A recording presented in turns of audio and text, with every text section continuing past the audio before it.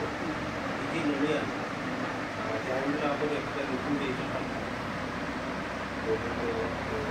किंवा त्याच्यामध्ये काही औषधं टाकतो त्यावेळेला त्याला आपण आधी 70 ते 80 डिग्री सेल्सिअसला तापमान देतो.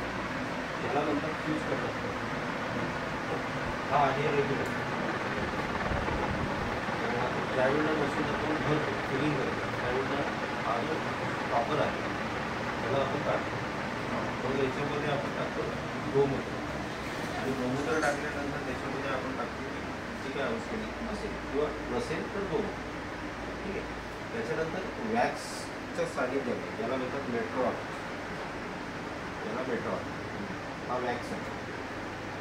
मग हा वॅक्समध्ये आपण त्याला हे जे स्टॉपर आहे त्याला आपण वॅक्स लावून बंद करतो. म्हणजे काय होईल की ज्यावेळेला मशीन गरम होते त्याची वाफ बाहेर निघते ना, बरोबर.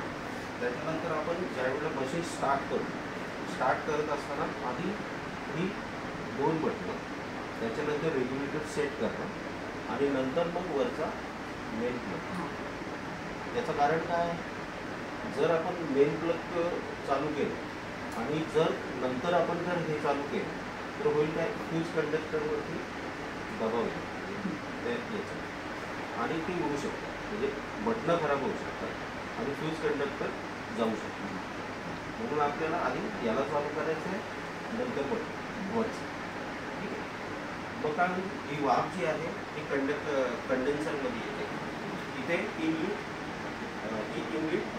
आणि आउटलेट. इनलेट आणि आउटलेटमध्ये पाण्याचं सर्क्युलेशन कंटिन्यू चालू असतं. ठीक आहे. हे पाण्याचं सर्क्युलेशन का पाहिजे की ज्यावेळेला इथं वाफ येते ते वाफ पाण्याच्या सानिध्यात आली की त्याचं लिक्विड बनतं, म्हणजे तो आहे हा.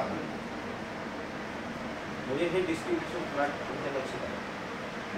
त्यानंतर आपण इथनं जे काही अर्ध बनतं त्याला आपण ह्या ठिकाणी तसं चेलीवरती मातीच्या बरणीमध्ये स्टोअर करतो. हे आहे रासनात येतं. त्याच्यामध्ये आहे मेन हे चित्र कधीच आहे ते लेबल आहे.